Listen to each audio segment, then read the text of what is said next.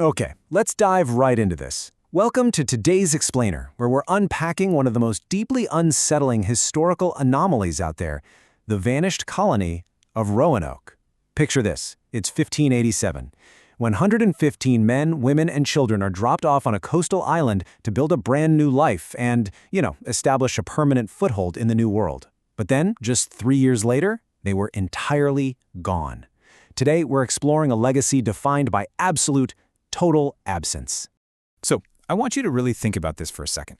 What does it actually mean for something to be truly, entirely lost? We aren't just talking about misplacing your keys, or a ledger, or an old map. Imagine taking that concept of profound absence and applying it to an entire human settlement. Dozens of families, all their livestock, a budding community, literally just gone. It really forces us to reconsider the permanence of the worlds we build for ourselves, doesn't it? Section 1. The Lost Colony. The Lost Colony of Roanoke. It's kind of wild when you think about it, because the entire identity of this place is defined solely by its disappearance. Usually, cities and towns are known for what they export, right? Or maybe their founders, or some great historical triumph. Roanoke was supposed to be the absolute crown jewel of English expansion, a thriving, permanent settlement. But instead, its identity is inherently tied to a negative space. It's known to history precisely because it just ceased to be there. A settlement that disappears without a trace, leaving its ultimate fate unknown. To really grasp how jarring this is, we have to look at the timeline. So, Governor John White leaves the colony in late 1587 to grab essential supplies back in England. But his return ends up getting delayed for 3 whole years because of the outbreak of war and the Spanish Armada. When he finally navigates back to Roanoke in 1590, expecting to walk into a thriving town of over 100 people, he finds nothing but silence. The trace was completely gone. It thrusts us face to face with this incredibly eerie reality, a complete and total lack of resolution. Let's move to Section 2 and see how this builds. A town vanished. The town that vanished. The sheer physical reality of this is just staggering. A town is a substantial thing. Its infrastructure, homes, daily human life. But when John White investigated the site, he didn't find the chaotic ruins of a sudden massacre. He actually found that the houses had been deliberately taken down.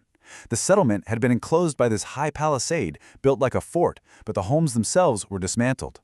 This implies a deliberate, calculated move rather than a frantic struggle, which totally changes how we understand the very nature of this disappearance. And this brilliantly illustrates the core mystery here. When we bridge the conceptual identity of the lost colony with the physical reality of the vanished town, it brings us to the single piece of compelling evidence they left behind. Carved right into one of the sturdy wooden posts of that palisade was a single word, Croatoan. The letters C-R-O were also carved into a nearby tree. So this wasn't a town that just magically evaporated into thin air. It was a community that left a deliberate signpost, forever linking their historical name to a baffling physical vanishing act. How does a single person going missing compare to an entire established town? Well, it doesn't. If a solitary individual wanders off, it's tragic, but it fits within the bounds of basic human logic.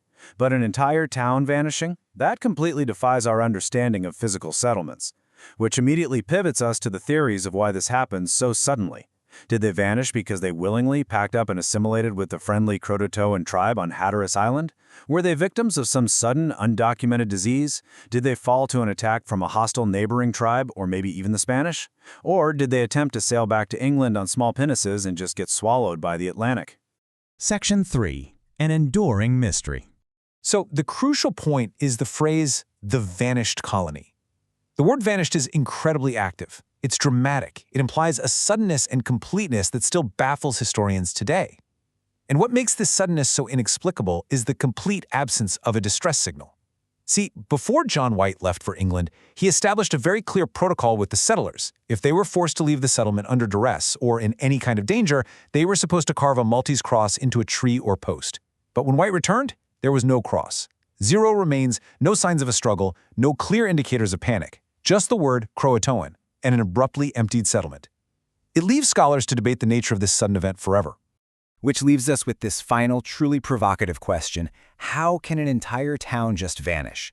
Whether they integrated into local indigenous tribes, fled from famine, or met some darker, totally unrecorded fate, the absolute lack of a definitive answer is exactly what makes Roanoke so compelling even now. It leaves us contemplating the terrifying fragility of human settlement. It's that haunting idea that everything we build, establish, and rely on could, in the blink of an eye, simply vanish. Thanks so much for joining me for this explainer. I really hope it gave you a whole new perspective on this enduring mystery.